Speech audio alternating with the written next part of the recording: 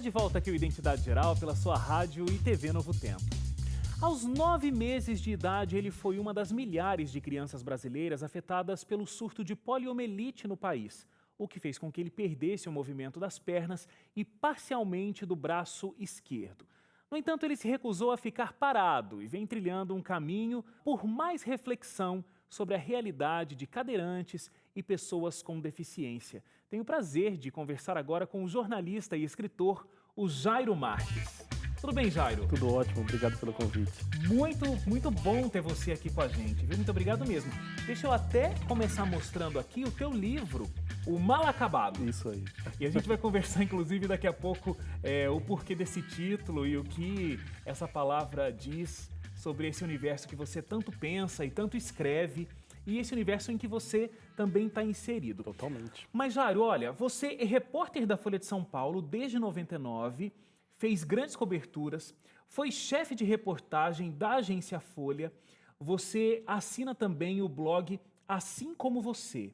Eu imagino que para ter essa conquista enquanto jornalista, que não é um mercado fácil, em São Paulo, principal polo talvez que a gente tenha no país, dentro dessa área, você tenha que ter trilhado um longo caminho. Como a gente vai falar sobre acesso à vida do deficiente de um modo geral, você acha que por ser deficiente, você teve que trabalhar mais, se esforçar mais, as pessoas demoram um pouco mais para notar o trabalho de um deficiente do que de uma pessoa que não tem uma deficiência? Olha, talvez tenha sido a primeira pergunta mais bem elaborada que eu já tenha respondido. Receber de um jornalista é um privilégio. É exatamente isso. Eu digo que muitas vezes eu preciso responder por aquilo que eu não sou. Eu preciso ter que assumir, entre aspas, características que eu não tenho. E entre elas é essa, assim, as pessoas projetam na pessoa com deficiência ou uma outra inabilidade, né? É muito comum, por exemplo, que eu saia com a minha mulher e as pessoas acham que é a minha ajudante e não a minha esposa, né? Agora eu tenho uma filha, né? As pessoas, meu Deus, o que esse cara está fazendo com uma criancinha no colo? É minha filha, né? E assim, são todas as pessoas com deficiência. Você imagina, por exemplo, o cego. As pessoas cegas, eu brinco que em 50% das vezes ela é atravessada a rua sem ela ter vontade de atravessar a rua, ela estava simplesmente esperando alguém. Estava parada ali. Ela estava parada, mas chegou alguém ali, não, deixa que eu te ajudo. Uhum. Como se ela tivesse uma necessidade latente e o tempo todo de ser ajudada. Então, toda vez que a gente supõe verdades sobre o outro, toda vez que a gente quer entender o outro sem nenhum tipo de informação, a gente corre um risco muito sério de estar errando. E esse é o grande lance, é a informação. Com certeza. No teu blog que eu citei, o Assim Como Você, é muito interessante o olhar que você tem sobre a vida de alguém que tem uma deficiência. Você, em primeiro lugar, não quer que essa pessoa seja vista como coitadinho, mas você também não quer que a pessoa seja vista como super-herói. Você acha que a pessoa não é nem super-herói e nem coitadinho. Aquela história do exemplo de superação, sempre muito latente e coisas do tipo. Então, até para eu não criar um problema aqui, eu já vou te fazer uma pergunta. Qual é a pior pergunta que alguém pode fazer? O que mais incomoda alguém que tem uma deficiência?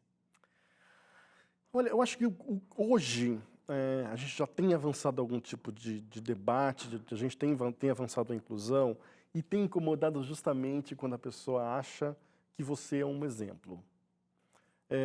E a pessoa quer que você simplesmente conte histórias para que o outro se espelhe em você. Eu costumo dizer que eu não sou exemplo de nada, que eu sou no máximo um rascunho que precisa ser passado a limpo. E como você muito bem falou, quando a gente batuca demais essa história de exemplo para os outros, a gente está, por exemplo, eu tenho alguma projeção, né? Enfim, trabalho num grande meio de comunicação, enfim, tenho um reconhecimento, mas não é a realidade que toda pessoa com deficiência vai conseguir atingir. E às vezes a pessoa com deficiência nem quer isso. Ela quer fazer outra coisa. Uhum. Ela quer simplesmente ser cidadão. Ela quer ser professor. Ela quer, enfim, trabalhar no comércio. Ela quer ser empresária. Enfim, então a gente precisa parar de querer mostrar que a gente tem só modelos a ser seguidos. Evidentemente que em alguns momentos o herói, o exemplo, ele se impõe. Se você pensar, por exemplo, nos esportes, né? Me parece válido a gente falar que existem os heróis, que existem os exemplos. O duro é que para a pessoa com deficiência os exemplos são em todas as áreas e isso acaba nos afetando o objetivo de maior, que é simplesmente ser cidadão. Vamos falar sobre o fundamento dessa tua mentalidade e desse jeito que você construiu de lidar com a deficiência. Você nasceu numa cidade muito pequena, Sim. no Mato Grosso do Sul, onde as pessoas não estavam acostumadas a lidar com pessoas com deficiência. Nos primeiros anos existiu a esperança de que você, de repente, pudesse ser curado. Eu estou dizendo esperança, mas conhecendo um pouco aqui a tua história, eu acho que existia também uma forte pressão para que você pudesse ser curado e voltasse a andar. Olha, você passou por mais de 10 cirurgias, teve o corpo inteiro engessado, fez inúmeras viagens até centros de reabilitação, um processo que deve ter sido bastante dolorido, bastante desgastante, fora o psicológico de ser uma pessoa curada, uma pessoa normal. Você sabe que por esses últimos meses e dias que eu tenho feito o lançamento do livro e as pessoas trazem essas questões, parece que é algo que essas lembranças, embora já tenha todas consolidadas no livro, na minha mente elas começaram a ficar muito efervescentes, sabe? O assunto voltou à tona. Voltou à tona. E aí eu me recordo de mais detalhes, eu me recordo das dores, né? Eu costumo dizer que naquele momento eu era uma criança, eu era um adolescente e que o meu foco não era nada daquilo, da minha reabilitação, não eram as minhas dores. Eu só pensava em voltar para a escola, voltar para os meus amigos, voltar para a rua onde eu morava. Eu acho que, de alguma maneira, o meu psicológico, naqueles momentos, ela bloqueava. Porque hoje, quando eu revisito, essas cenas me dói, assim, me comove. Me comove. Porque a reabilitação, ela é extremamente necessária para a pessoa com deficiência. Claro. Ela é extremamente necessária. E para que eu estou aqui hoje, né, eu consigo ter uma independência hoje porque eu passei por um processo de reabilitação. Mas, como você disse e apresentou, muitas vezes as famílias, por motivos diversos, a reabilitação vai além, né? Assim, há uma busca, às vezes, até insensata por Pela uma cura, por algo, enfim, que ainda a ciência, ou seja o que for, não consegue dar cabo daquilo, né? Mas é muito difícil você viver esse momento. E como Jairo, porque eu imagino que você tinha uma coparticipação nesse processo da esperança, ela acabou sendo implantada em você também, de alguma forma, por menor que fosse, talvez eu possa ser curado. Como é que foi o momento em que você se deu conta de que, bom, a partir de agora, a minha vida vai ser acompanhada dessas limitações por conta da minha deficiência? Você teve que aceitar essa condição. Isso teve que fazer parte da sua vida, da sua mente. A partir de agora, eu sou assim. Como foi esse momento? Há duas questões envolvidas. Uma foi, acho que foi uma das primeiras vezes que um médico parou na minha frente e falou: para onde você quer ir? Como você quer ir? Você acha que você viveria bem numa cadeira de rodas? Porque a minha mãe, enfim, imagina, com todo o amor que eu tenho a ela, mas ela só queria resgatar a minha realidade de uma pessoa que andasse, uma pessoa que brincasse livremente. Claro. E ela não mediu esforço para isso. Então, se a gente tivesse que percorrer o mundo e a China, eu acho que a gente continuaria, mesmo eu hoje com 41 anos. E na frente dela, ela só tinha essa busca. E na minha, eu ia a reboque disso, né? Eu não tinha muito poder de decisão, mas quando alguém parou e falou assim: Jairo, você quer continuar com essa busca? Ou você acha que você está preparado para viver uma outra condição? Então, quando houve esse momento de reflexão, eu acho que veio junto essa força, assim, de que, puxa, eu posso ter essa vida. Embora eu não tenha tido, naquele momento, toda a bagagem do que isso representaria. Claro, você estava numa cidade muito pequena que não estava acostumado Exato. com esse tipo de Perfeito. condição e você estava lá, você Perfeito. também era um cidadão ali Exato. e vivia nas mesmas condições. Exato. Agora, a tua mãe, você citou, né, ela iria até a China para se houvesse a possibilidade Com de certeza. algo diferente. Agora, ela começou a trabalhar isso em você também, em como lidar com a deficiência, né? Ela empurrava a sua cadeira por um longo trajeto para que você fosse à escola e ela te ensinou a olhar para o olhar preconceituoso de uma forma diferente também, né? O olhar preconceituoso trazia um sorriso, segundo o que a mãe te ensinou, o que a tua mãe te ensinou. A família da pessoa com deficiência é um instrumento fundamental para que você consiga dignidade, para que você consiga força, para que você consiga amparo, para que você consiga se proteger de tudo que virá. Isso eu não tenho a menor dúvida. Eu tive a felicidade de ter uma mãe que é uma fortaleza e que me ajudou a construir isso. Uhum. Com muito esforço físico, inclusive, que como você disse, minha mãe, a cidade era muito pequena e os obstáculos da cidade eram diversos. A gente morava em um bairro que era o bairro do Areião, que eu costumo dizer, era muita areia para um cadeirante viver. E minha mãe não tinha negócio, assim, a gente saía debaixo de chuva, debaixo de sol, porque eu tinha que ir para a escola, porque eu tinha que ir para os lugares onde eu bem entendesse, porque eu tinha que estar na vida. E, puxa vida, eu me lembrei agora de uma história que também tem a ver com a força familiar, de um rapaz aqui de Jacareí, o Antônio Leme, o Tó. Eu já o entrevistei. Medalhista de ouro, assim, e me arrepia, assim, quando eu entrevistei o Antônio no Rio, assim que ele ganhou a medalha de ouro, e a história dele tem uma ligação com a minha, porque a mãe dele também, desde quando ele era muito jovem, dizia: você tem que ir para a rua. Agora, vamos falar sobre esse olhar das pessoas e que muitas vezes está acrescido de preconceito.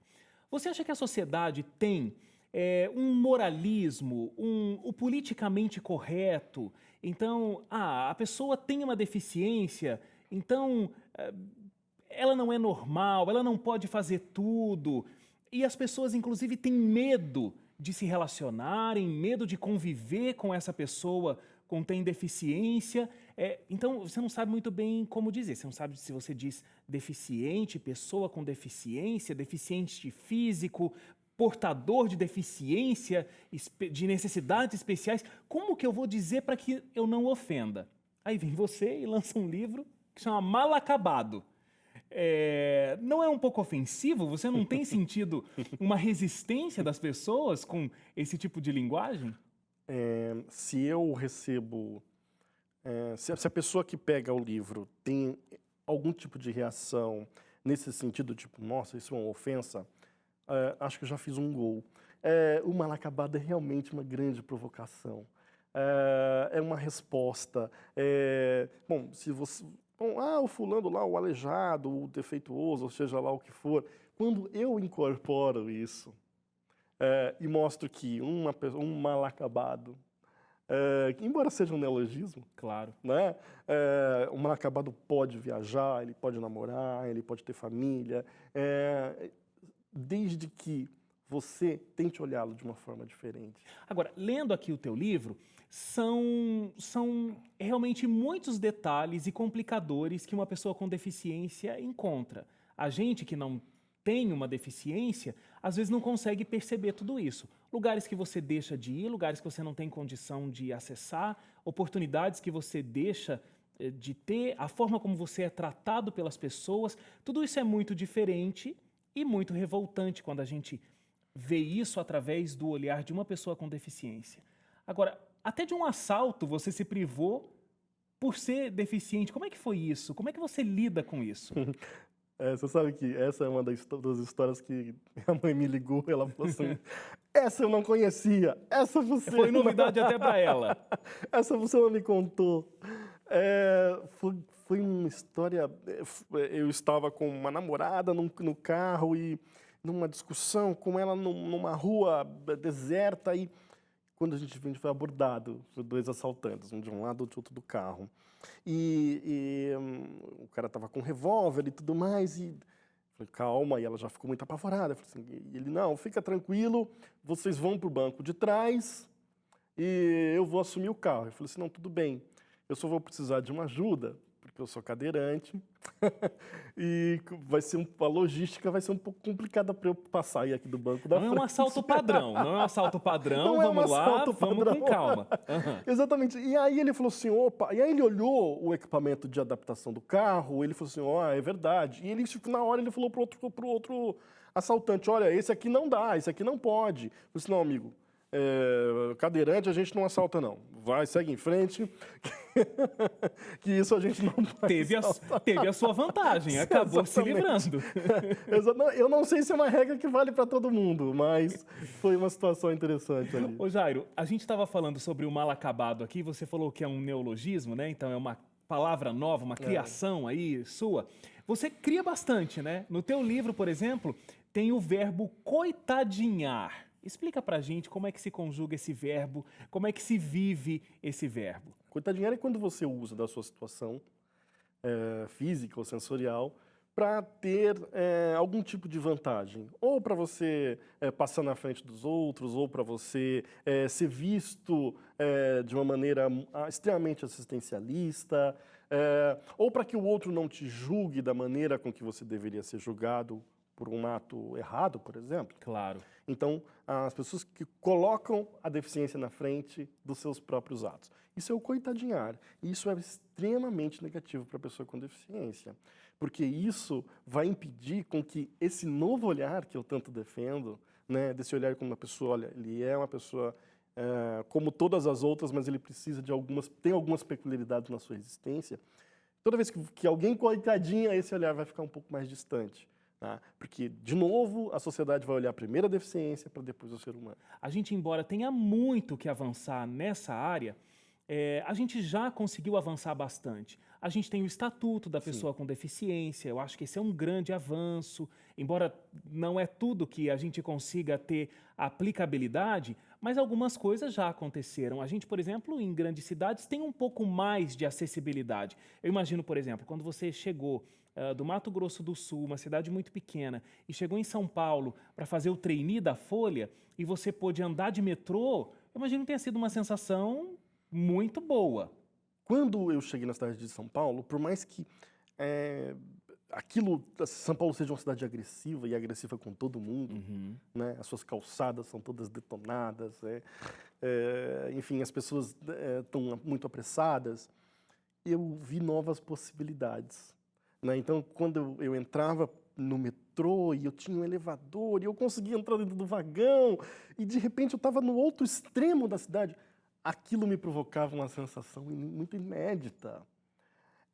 Nunca tive uma mobilidade tão grande na minha vida. Era o direito de ir e vir como você nunca viu. Exato, exato. Mesmo eu fiz faculdade na capital, Campo Grande. Mesmo em Campo Grande eu não tinha a mobilidade que eu tinha em São Paulo. Né? Os desafios eram, evidentemente, gigantes, mas as possibilidades se abriam. Né? Eu poder passear na Avenida Paulista, né? Ir de um canto a outro da cidade, e isso era encantador, isso era muito bacana. E quando eu visitei outras cidades do mundo ao longo da minha carreira, isso também foi se repetindo, e até hoje se repete. E tomara que a gente veja essa mobilidade crescendo cada vez mais. Né? A gente tem muito o que crescer em São Paulo e em outras cidades do Brasil. Sem né? dúvida. Ô Jairo, encerrando aqui a nossa conversa, você disse que o teu grande objetivo é que a pessoa com deficiência seja vista. Né? Se a pessoa consegue ser notada aqui porque ficou chocada com o título, já o objetivo foi alcançado. Agora, essa pessoa ela não vai ser vista, ela não deveria ser vista, nem como um super-herói, nem como mais uma história de superação e nem como o coitadinho. Como é que você gostaria de ser visto? Eu gostaria muito de ser visto como alguém que quer desfrutar desta cidade, deste planeta, deste país, como qualquer outra pessoa. Eu gostaria de ser visto na minha plenitude como ser humano. Eu não queria ser uma exceção ao mundo. Eu queria ser parte do mundo, né? Então, acho que quando a gente conseguir entender que a pessoa com deficiência ela tem somente uma característica diferente dos outros e que essa característica vai demandar dela algumas especificidades, isso vai nos ajudar demais. Quando a gente conseguir ver uma criança com deficiência simplesmente como uma criança, precisa de um carinho, às vezes um pouco diferente, puxa, a gente vai dar um passo imenso para a chamada inclusão. Muito bom. Olha, Jairo, eu queria te agradecer muito, queria agradecer a tua presença aqui, a nossa conversa, eu acho que valeu muito ver realmente pessoalmente o teu olhar e não somente através do teu texto, o teu livro, o teu blog. Eu vou discordar com você de um ponto aqui. Você disse que você não é exemplo para ninguém, mas eu discordo. Eu acho que você é um grande exemplo e a gente precisa de outras pessoas como você justamente para que a gente possa desenvolver a sociedade que a gente vive com esse olhar diferenciado que você traz. Então, parabéns e que Deus continue abençoando o teu trabalho para que você possa colocar esse olhar na nossa sociedade através da mídia que você tem possibilidade de difundir as suas ideias. Então, muito obrigado mesmo. Muito obrigado a vocês pela extrema gentileza. Muito obrigado. E a gente fica por aqui essa semana. No próximo domingo às 10 da noite a gente está de volta com mais boas conversas aqui no Identidade Geral. Uma excelente semana para você, para sua família e a gente volta a se encontrar. Até lá. Tchau, tchau.